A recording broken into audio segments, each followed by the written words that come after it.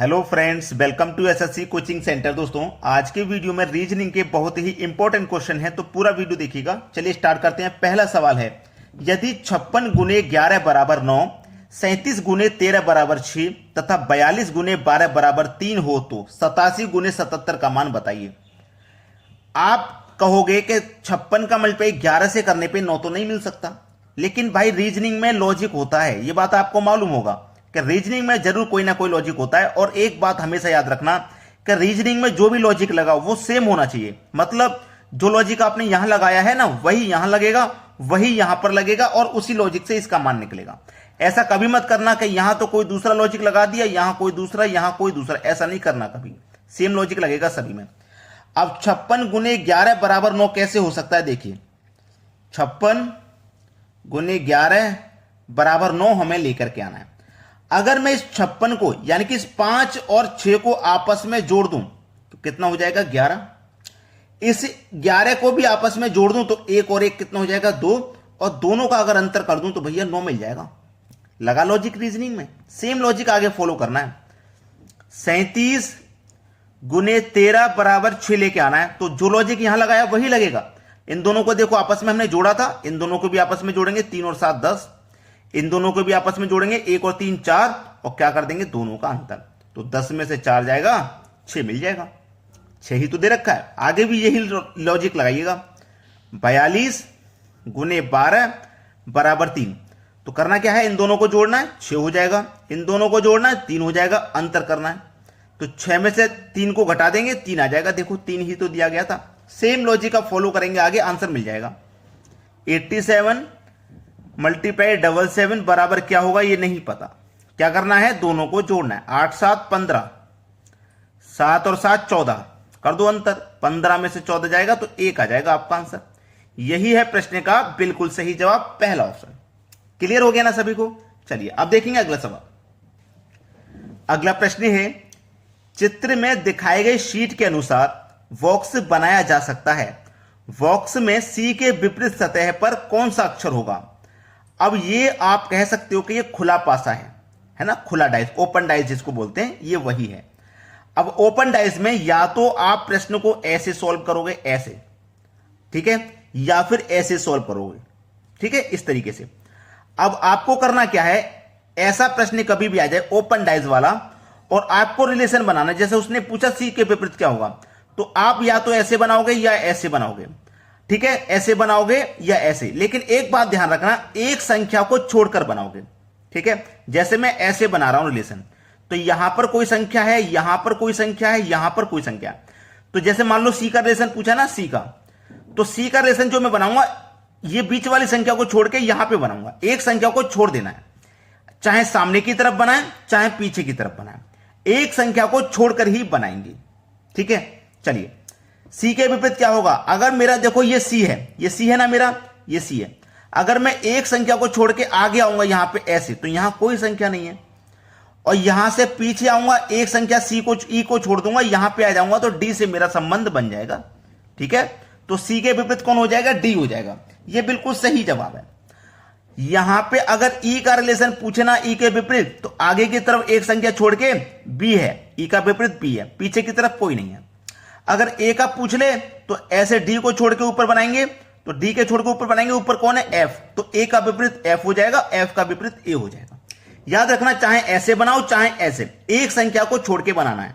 समझ में आया ना? चलिए अब देखेंगे अगला प्रश्न। अगला प्रश्न है, निम्नलिखित शब्दों को अंग्रेजी शब्दकोश के अनुसार क्रम में रखने पर कौन सा शब्द तीसरे स्थान पर होगा?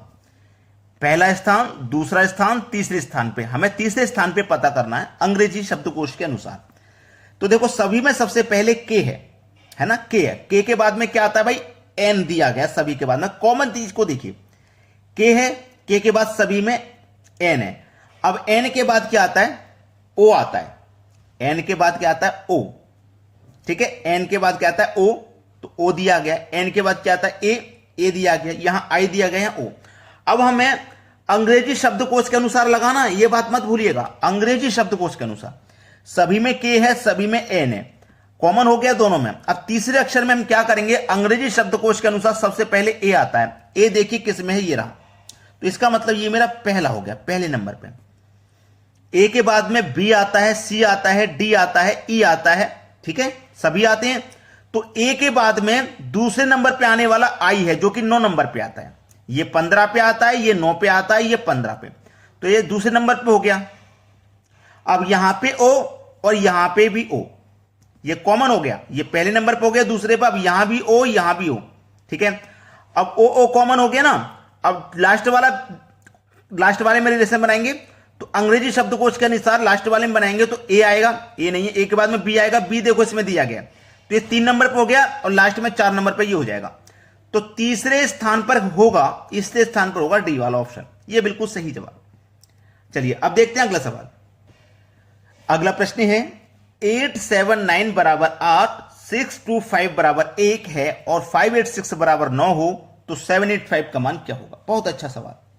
देखिएगा 8 7 9 बराबर 8 है। मैंने आपको पहले ही बताया है कि रीजनिंग में कोई लॉजिक अगर ना लगा पाए आप तो आंसर नहीं पता कर पाओगे, लॉजिक से ही बनेगा। इतनी बड़ी संख्या 8 से कैसे रिलेटेड है। चलिए ये जो पहली संख्या 8 मैं इसको लिख लेता हूं और ये जो बाद वाली संख्या ना, दोनों बाद वाली संख्याओं को जोड़ लेता हूं तो 9 और 7 मिलकर के 16 है ना। बाद वाली को जोड़ूंगा, पहले वाली एज इट इज है। अब दोनों का अंतर कर दूं। अंतर का मतलब होता है बड़ी संख्या में से छोटी को घटाना। तो 16 में से 8 को घटा दूंगा मैं, 8 बन जाएगा, देखो है कि नहीं। आगे वही रिलेशन अपनाएंगे, 6 2 5 बराबर 1।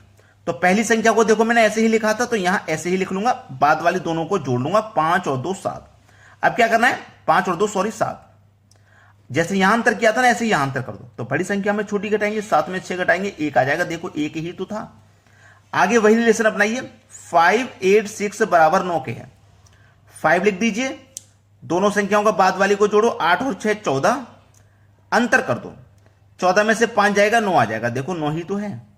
अब इसको फाइंड करने में आपको कोई मुश्किल नहीं होगी। 7 8 5 का मान क्या होगा। पहली संख्या को एज इट इज लिखिए, दोनों को जोड़िए, 8 5 13, अंतर कर दीजिए, 7 और 13 का अंतर कितना आ जाएगा भैया 6। यह आपके सवाल का बिल्कुल सही जवाब हो जाएगा 6, पहला ऑप्शन बिल्कुल सही। चलिए अब देखते हैं अगला प्रश्न। अगला प्रश्न है 16 64 49 क्वेश्चन मार्क। अब जिन बच्चों को स्क्वायर और क्यूब याद होते हैं ना वो पहचान लेंगे यहां क्या रिलेशन है। देखिएगा ये आपके पास क्या है, 4 का स्क्वायर है ना, और ये क्या है 8 का स्क्वायर, और ये क्या है 7 का स्क्वायर। देखिएगा ये यहां पे अगर मैं 8 का स्क्वायर करता हूं, देखिएगा 8 का स्क्वायर अगर मैं यहां पे करता हूं तो 64, ठीक है। ये 7 का स्क्वायर तो यहां पे भी किसी ना किसी संख्या का स्क्वायर आएगा, क्योंकि ये भी स्क्वायर में है, ये भी स्क्वायर में हो जाएगी 8 का स्क्वायर, ये भी स्क्वायर में हो जाएगी 7 का स्क्वायर, तो ये भी स्क्वायर में आएगी। और ऑप्शन में कोई भी ऑप्शन ऐसा नहीं है जो स्क्वायर की फॉर्म में हो, है कि ऑप्शन 324 18 का स्क्वायर होता है। लेकिन अगर मैं इसे 8 का स्क्वायर कर देता हूं, मैं मान लीजिए 8 का स्क्वायर कर देता हूं 64, तो 4 के बाद देखो 8 हुआ तो मतलब 4 में +4 कर दिया। अब यहां पे भी मैं +4 कर दूंगा तो 7 में 4 जोड़ूंगा, मतलब 11 का स्क्वायर आना चाहिए। तो 11 का स्क्वायर तो है ही नहीं इसमें, है क्या, नहीं है। तो जो लॉजिक बन रहा है ना आप उसको देखिए, जो लॉजिक बन रहा है ना उसको देखिए, उसको हटाइए। ये 4 का स्क्वायर है और ये 4 का क्यूब भी तो है। 8 का स्क्वायर होने के साथ साथ ये 4 का भी क्यूब है, 64 4 का क्यूब होता है, यानी कि 4 का स्क्वायर और 4 का क्यूब। बिल्कुल उसी तरीके से 7 का स्क्वायर तो 7 का क्यूब हो जाएगा, और 7 का क्यूब मतलब 343, जो कि सी ऑप्शन में दिया गया। तो आपने अभी तक लाइक नहीं किया वीडियो को तो लाइक कर दो भाई, शेयर नहीं किया तो शेयर कर दो। ठीक है दोस्तों, आज की वीडियो में इतना ही। वीडियो देखने के लिए बहुत बहुत धन्यवाद।